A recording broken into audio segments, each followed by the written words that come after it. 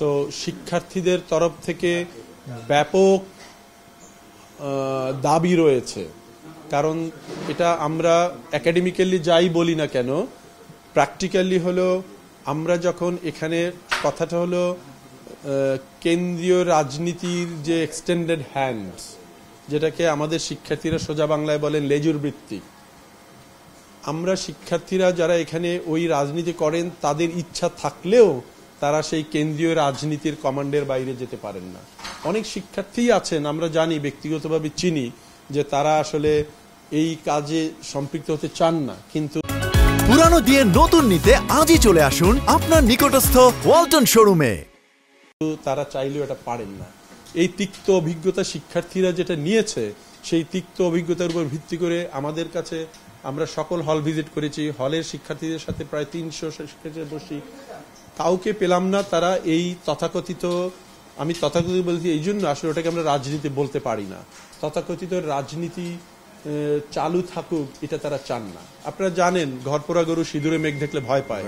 ওই শিক্ষার্থী আমাকে কি করে বিশ্বাস করবে যে স্যার আপনি রাজনীতি করলেই, আপনি যদি রাজনীতি করেন তাহলে এই নির্যাতন করবেন না? সেই আস্থার জায়গাটা ফিরে না আসা পর্যন্ত একটা অন্তর্বর্তীকালীন ব্যবস্থা নিয়ে আলোচনা চলছে, এখনো সিদ্ধান্ত হয়নি, সেই আলোচনা এখনো চলমান আছে।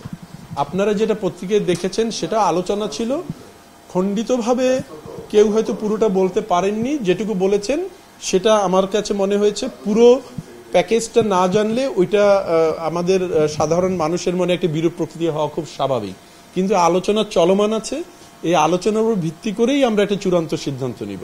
তবে বৃহত্তর শিক্ষার্থী সমাজ ওই আগের অবস্থায় ফিরে দিতে চান না। মানে এখনো রাজনীতি নিষিদ্ধের এটা আলোচনা, আমরা আনুষ্ঠানিকভাবে কোনো সিদ্ধান্ত বিশ্ববিদ্যালয় দেয়নি, আলোচনা পর্যায়ে আছে। মোটামুটি এখন পর্যন্ত ওই জায়গায় আমরা আছি। তবে শিক্ষার্থীদের ব্যাপক দাবি হলো আমাদের সংবিধিবদ্ধ কাঠামোর মধ্যে যে ব্যবস্থা আছে, শিক্ষার্থীদের গণতান্ত্রিক চর্চা, মত প্রকাশের স্বাধীনতা, তাদের একাডেমিক এবং এক্সট্রা কারিকুলার অ্যাক্টিভিটিদের যে একটা আনুষ্ঠানিক সংবিধিবদ্ধ প্ল্যাটফর্ম আছে, যেটাকে আমরা ডাকসু বলি, সেইটার ব্যাপারে তাদের জোরালো দাবি আছে।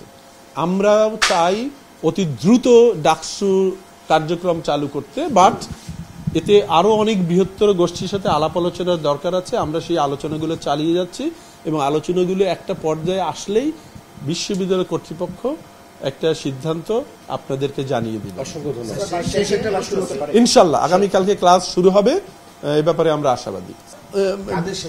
এটা আমরা বিশ্ববিদ্যালয়ের যে সমস্ত আমাদের কাছে এখন পর্যন্ত যারা এই জুলাই বিপ্লবের পরে যারা এখানে ছাত্র সংগঠনের, আমাদের কাছে একটা তালিকা আছে, তাদেরকে আমরা ডেকেছি এই বিষয়গুলি আলাপ আলোচনা করার জন্য। ক্যাম্পাসে অনেক মব জাস্টিস চলছে, তারপরে আমরা তো বিভিন্ন পর্যায়ে শিক্ষার্থীদের আলোচনা করেছি, বিভিন্ন পর্যায়ে শিক্ষকদের সাথে আলোচনা করি, তারই ধারাবাহিক অংশ হিসেবে আমরা এদের সাথে কথা বলছি।